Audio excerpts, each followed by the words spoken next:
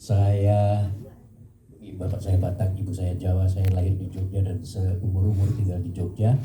Jadi ketika pertama kali saya mendapat skrip itu mas, skenario itu, saya langsung menebak, oh ini di sini tempatnya, ini tokoh-tokohnya ini, gitu. Karena di Jogja tempat itu saya nggak bisa sebutkan di sini, sangat dikenal juga cerita tentang itu yang tadi sudah teman-teman lihat di cerita kedoprak itu, di teater itu memang ada di sejarah di masa Amangkurat pertama. Tapi yang menarik bagi saya dalam proses ini adalah bahwa ternyata anak-anak muda yang katanya manja, katanya nggak mau bekerja dengan keras, nggak rajin, itu omong kosong. Semua cast yang muda-muda ini usianya secucu saya lah kira-kira. Saya tahun ini 73 tahun, ini cuma cucu-cucu saya. Mereka bekerja keras, tekun, tidak malu bertanya, dan yang lebih penting lagi ada Derby itu. Dia pemain utama tapi tidak sekedar pemain utama, dia seperti kakak, seperti abang pada pemain-pemain yang lain. Jadi itu yang membuat kejenuhan hilang, lalu semua sekat antar pribadi itu hilang ya. Itu sutradara tahu betul juga gimana proses di lapangan, asik sekali. Dan itulah saya kira yang menjauhkan kami semua dari malapetaka, dari musibah. Walaupun kita ini cerita yang begitu gawat begitu, mistis begitu, tapi karena jiwa-jiwa yang berkumpul di sini ini, jiwa-jiwa muda ini berkemauan baik dan saling terbuka dan memberikan yang terbaik dari mereka. Alhamdulillah semuanya berjalan dengan selamat, walaupun saya agak kebit juga sebagai orang yang selalu ditanyain bahasa Jawanya gimana, logatnya bagaimana dan sebagainya, ini sebetulnya cerita tentang apa dan sebagainya. Ya pasti saya harus dapat mungkin menjawabnya karena saya termasuk yang bukan uzur. Senior Pak. Senior. Tapi asik sekali. Jadi kerjasama antar pemain itulah yang membuat kerja ini hangat, riang, dan semoga penontonnya menyukai hasil kami. Siap, terima kasih Pak Ladung. Kita ke jajaran cast, tadi Pak Ladung sempat spill juga ada kejadian-kejadian Pak kita juga. Ini kalau nggak ada Om Landung nih bahasa Jawa kita ngaco semua, ini juga semua berkata Landung juga kita. Jadi dijagain ya. Nanti kita minta kok pertanyaannya di sini untuk Derby, coba ulangi mantra-mantra tadi. Nanti kita ke Derby, tapi kita ke Dimas, Kalista Mercy, Nina, Iqbal, Azela, dan juga Zenia. Kita pengen tanya gimana pengalaman syuting kalian, dan ini ensemble-nya kan sangat luar biasa nih. Ada yang bisa diceritakan gak kejadian-kejadian menarik saat syuting? Dimas dulu, Dimas, silakan Dimas. Oke, halo semuanya, selamat sore. Lapor terus lompat. Ya, saya Dimas Juju teman-teman, saya yang berperan sebagai Mada tadi yang jadi tumbal proyeknya Mas Heru. Tumbal proyek. Ya, karena dari semua tumbal yang ada saya yang paling parah. Dan ya begitulah, kayaknya di rumah sakit pun udah gak selamat gitu. Dan ya banyak pengalaman yang menarik sih syuting ini karena kita syuting di hutan hampir sebulan. Betul kata Pak Landung tadi, kita nggak ada komunikasi lewat sosial media karena kita harus ngomong langsung, syuting di hutan, nggak ada apa-apa, yang ada malah demit-demit yang menemani kita. Tapi ya untungnya dari kita semua nggak ada kejadian sampai parah ya, tapi ya ada beberapa kejadian yang mungkin cukup menarik mungkin. Boleh kan diceritain salah satu? Salah satunya yang saya alami sendiri. Ya. Itu hari pertama ya kayaknya. Enggak.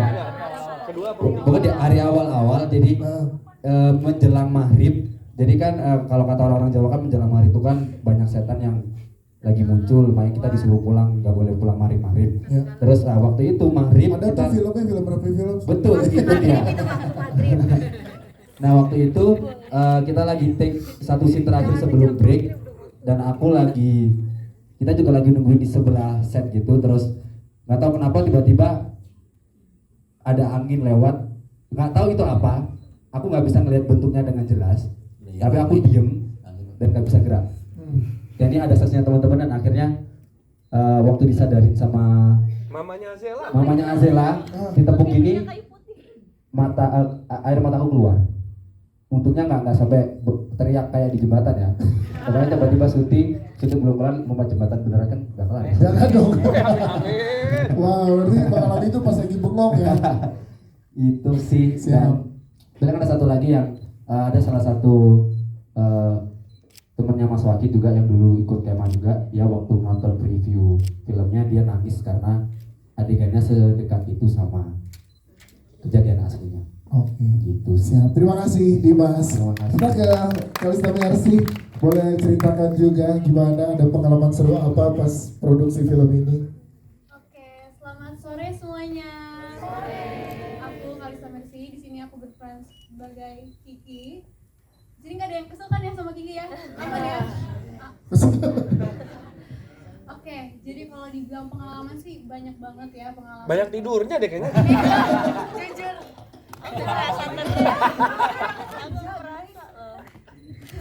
Kalau pengalaman sama teman-teman tuh pasti banyak banget, seru banget. Dan gitu juga kita juga dituntut untuk dekat juga sama teman-teman X.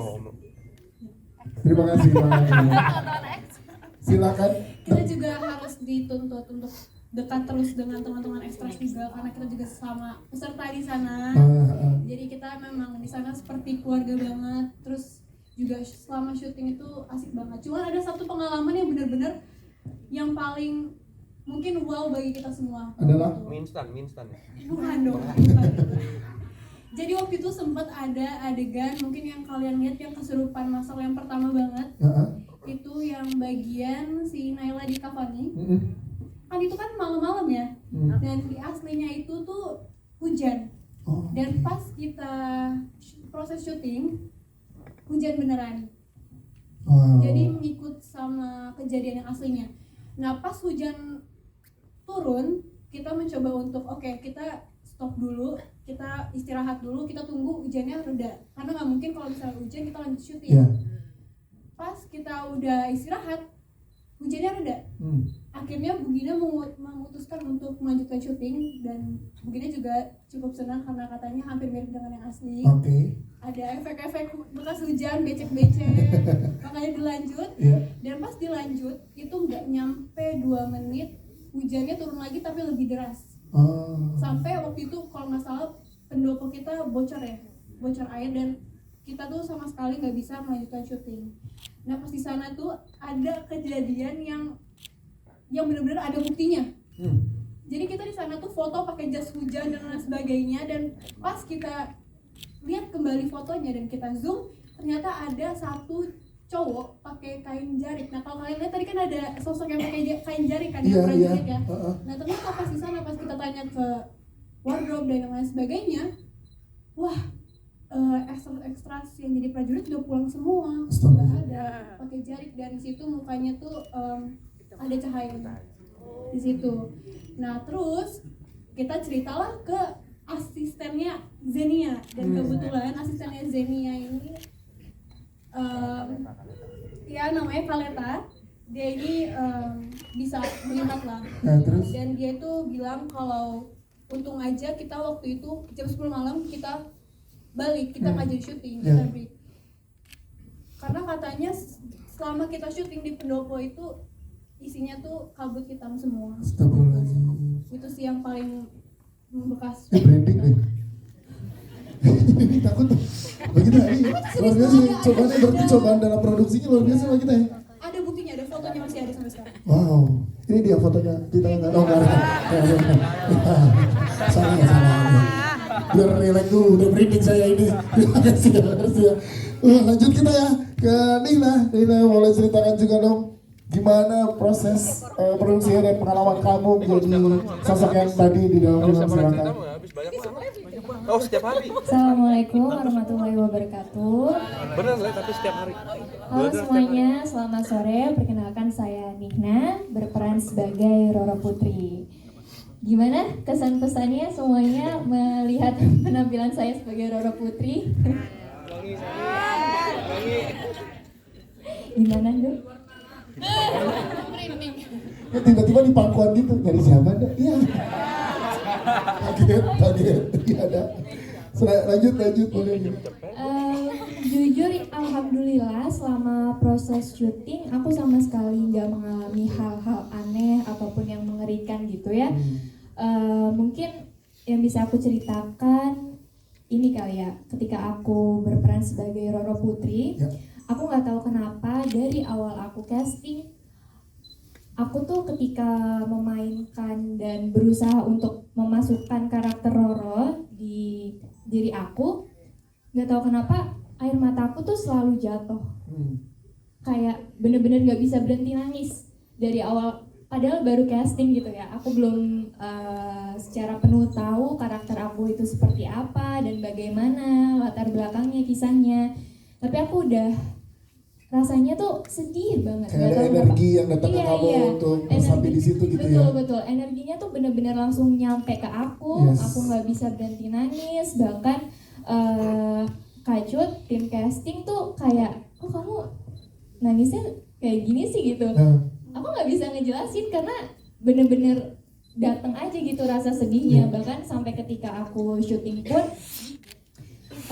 rasa sedihnya tuh selalu nyampe ke aku. Kayak aku nggak perlu berusaha untuk memfokuskan diri, bener-bener fokus, langsung ada aja, air matanya langsung jatuh aja. Wow, terima kasih, tepuk tangan dong untuk ceritanya, thank you.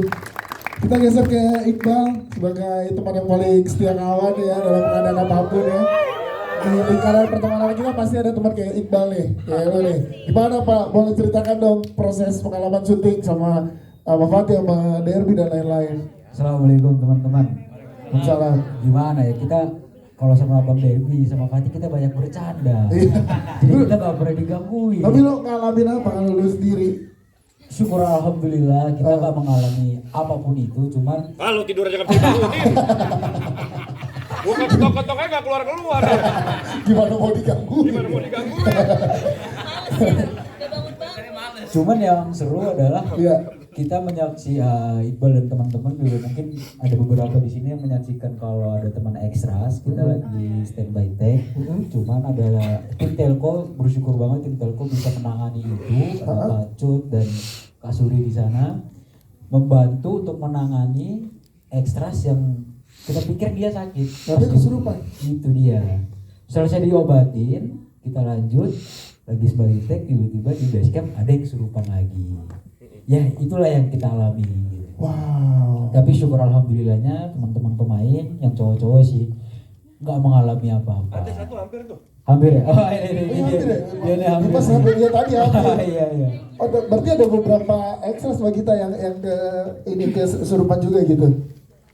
Kesurupan beneran ya. Wow. Luar biasa Bang, thank you ya Bang. Ini luar biasa peran Iqbal yang ada di sini. Tepuk tangan dong. Terima kasih. Kita ke Zenia. Zenia boleh ceritakan juga ke teman-teman gimana pengalaman yang bisa di-share nih. Silahkan.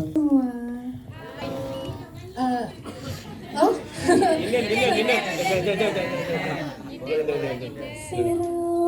Jangan deh takut-takut. Main-main ya. Silakan, kita takut di sini. Dari pengalaman syuting ini aku bisa belajar banyak banget, dan aku sendiri menurutku ini salah satu syuting yang paling berkesan karena tantangannya banyak banget, tapi di waktu yang sama juga berharga banget buat aku. Dan terima kasih juga Mbak Gita udah bantu aku jadi perempuan yang berani untuk bertampil beda dan percaya diri juga.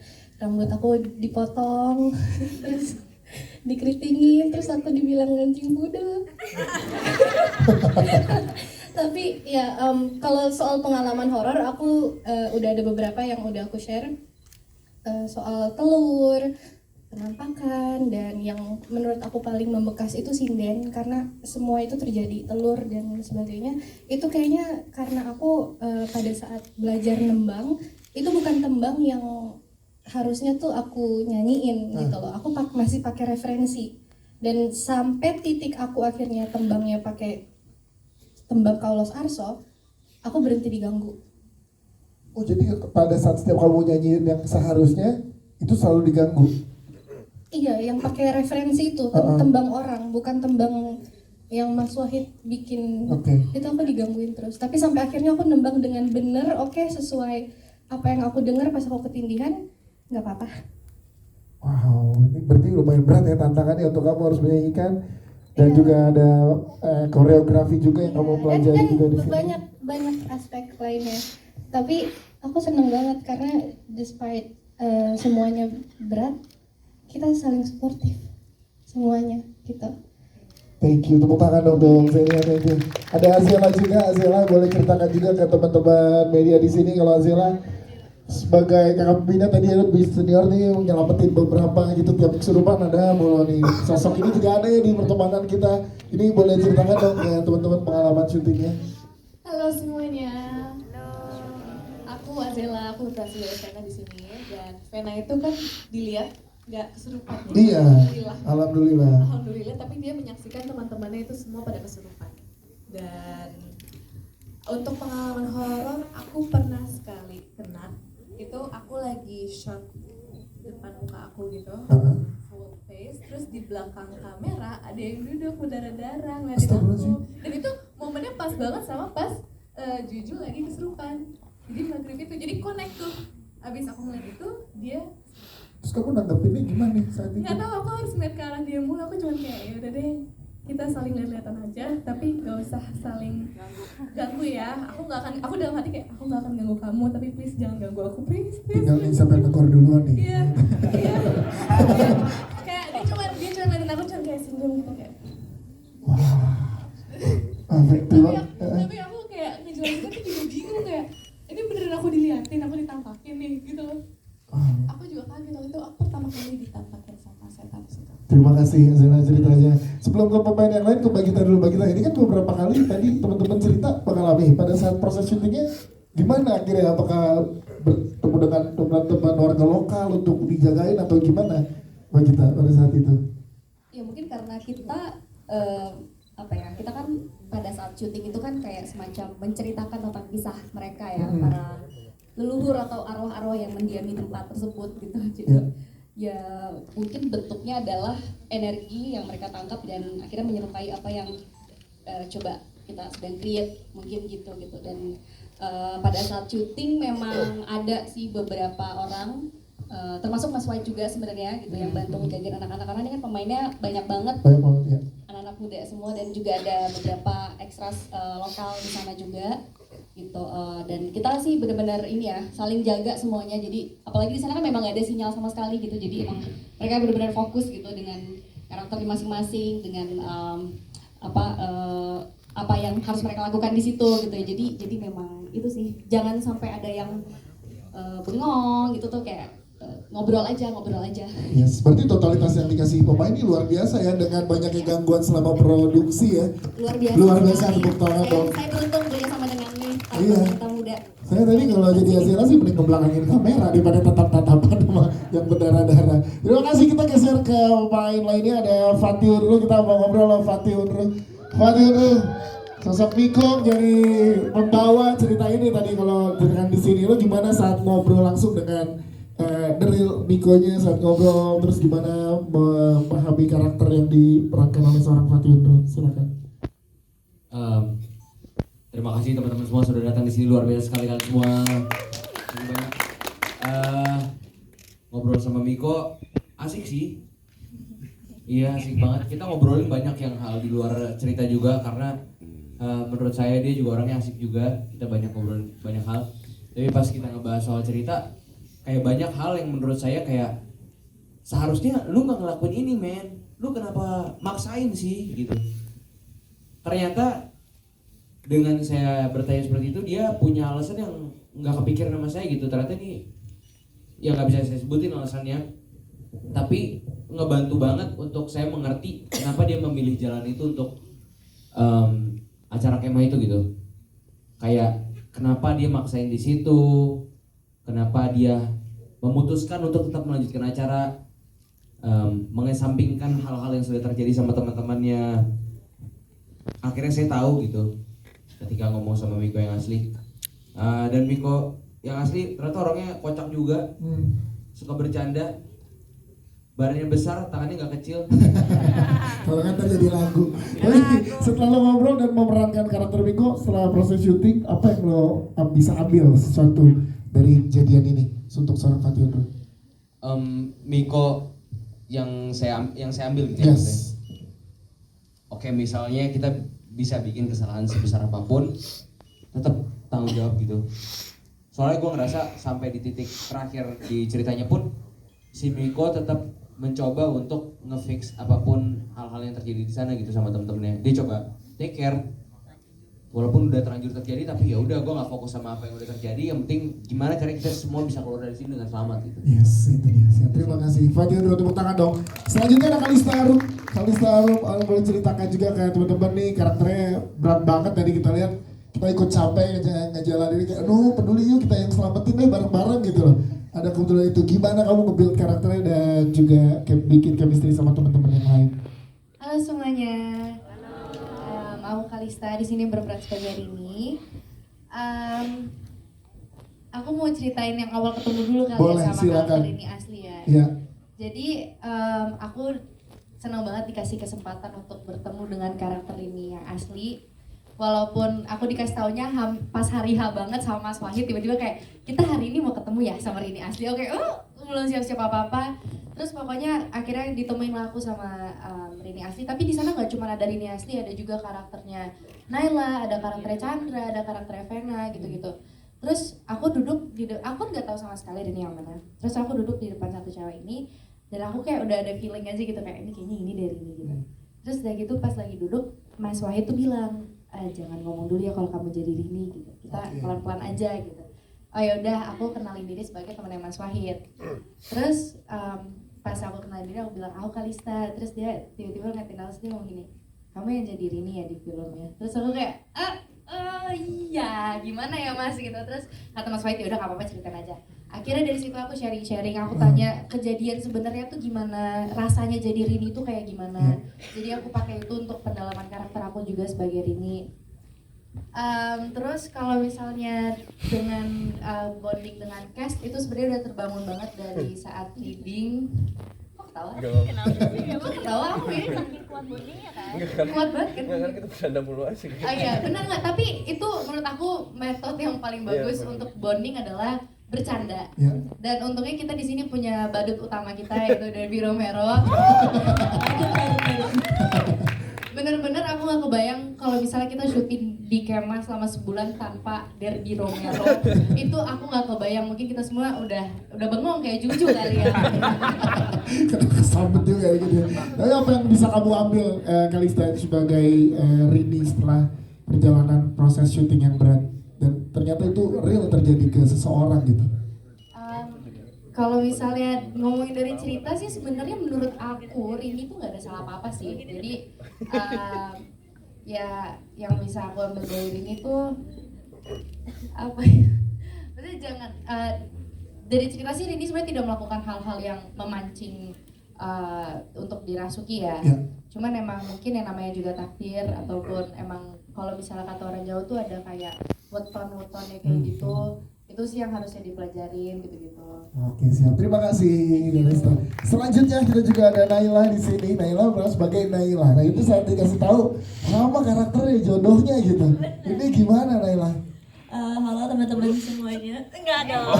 Ini contohnya kayak gini nih. Emang. Namaku Naila Purnama dan aku berperan sebagai Naila. Menarik banget sih waktu pas aku tahu kalau ternyata karakter aku jadi Naila. Sebenarnya lumayan bikin cukup agak kesulitan untuk aku masuk ke karakter karena biasanya tuh aku ngepisahin kan antara Naila sama karakter yang aku mainin. Cuman ini kan Naila gitu ya, jadi agak bingung. Cuman karena ada proses reading sih, jadinya semuanya lancar dan ya hasilnya bisa dilihat tadi sih kalian gimana melihat Naila. Setelah ngobrol sama Naila asli gimana? Kebetulan aku nggak berkesempatan ngobrol sama Naila asli, cuman ada nih yang komentar itu. Cuman aku sempat ketemu sama beberapa yang emang mengalami kejadiannya. Mungkin first impression aku tuh lebih ke ketemu sama mereka tuh mendukung perasaan yang aku alamin selama syuting gitu, karena kan mereka juga yang melihat kejadian ada temennya yang minta dikafanin dan itu kan adegan yang aku mainin. dan adegan kesurupan minta dikafanin ini juga satu hal yang menurut aku menarik banget dan jadi tantangan tersendiri gitu buat aku. Apalagi kan ini kesurupannya tanpa softland. Jadi emang kita kan bikinnya emang mungkin senatural mungkin dan sedekat mungkin sama cerita aslinya kan. Jadi itu yang bikin aku sendiri sih mikir gimana caranya untuk menunjukkan apa ya, mungkin ketakutannya, apa kesedihannya atau amarahnya waktu kesurupan itu. Oke, siap. Dan itu aku dapetin setelah aku ketemu sama teman-teman yang Beberapa pernah narasumbernya. Siap. Terima kasih tepuk tangan untuk Naila. Selanjutnya terakhir kita punya Derby Romero.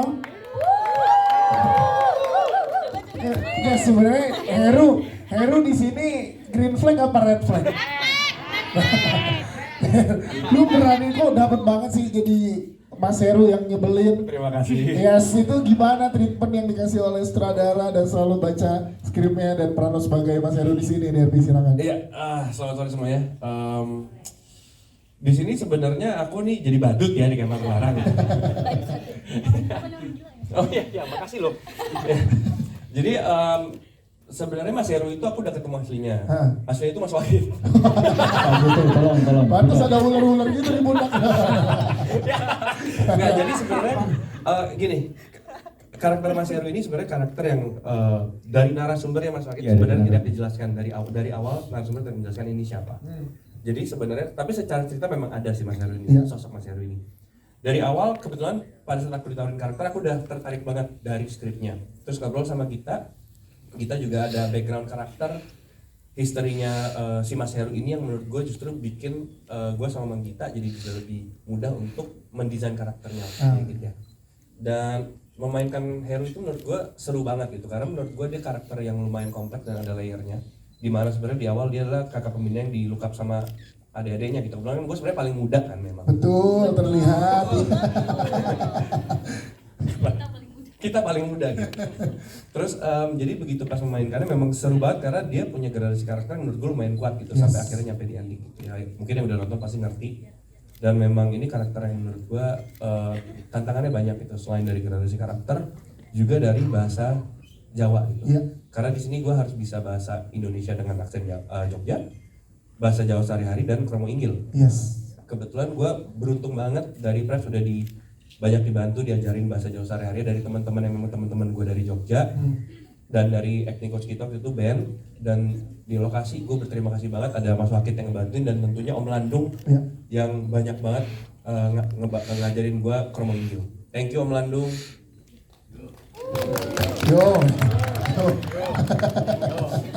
Gitu sih. Siap, terima kasih tepuk tangan untuk Derby Romero. Thank you teman-teman cast. Kita sekarang berikan kesempatan buat teman-teman media yang ingin bertanya, silakan.